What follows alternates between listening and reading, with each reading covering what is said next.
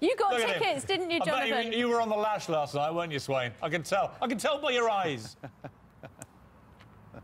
I'm going to be a bit stumbly, a little bit slow this morning, and speak very quietly, if you don't mind, because we had about an hour and a half sleep. But what a night, hey, what a night.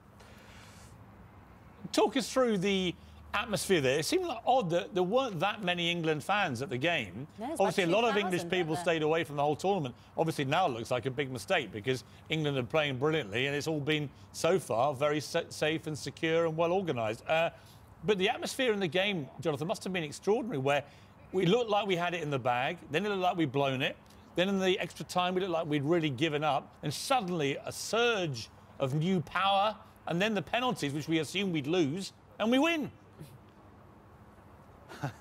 I know, just how are you feeling this morning? Ecstasy, huge amount of relief, I think, as well. Do you know what? The crowd was pretty hostile at times from the Colombians. They looked fun-loving, but tell you, when they were behind their team, they were shouting, insulting the England players. You saw it looked a bit of a boxing match at times on the pitch as well. Everything was thrown at the England team. A hostile crowd, even headbutts as well. Remember when that happened in the first half. But England, you know, fair play to them. This is a new generation of players, isn't it, with a new attitude. Because, look, if they can win on penalties, well, it seems that anything can happen. And what was really nice, Piers and Susanna, afterwards, a lot of the players went into dressing room, obviously, came back out, and thanked all of the fans that were there. Only around 2,500 of them that were here last night, compared to around 30,000 or so Colombians. We spoke to Kieran Trippier as well, who held his nerve. He scored one of the penalties, and he told us that the boys, well, were buzzing.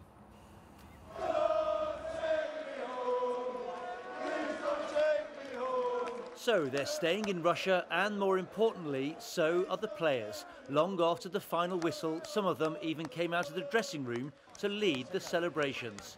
As he thanked fans, I spoke with Kieran Trippier. It must be elated though, all the boys in there. And the nation as well? Yeah, you know, everyone's buzzing. Obviously we took it to the end of the game, but you know, we move on and we look forward to Sweden.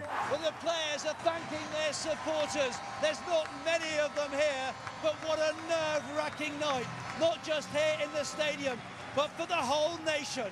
The curse of penalties has finally been broken.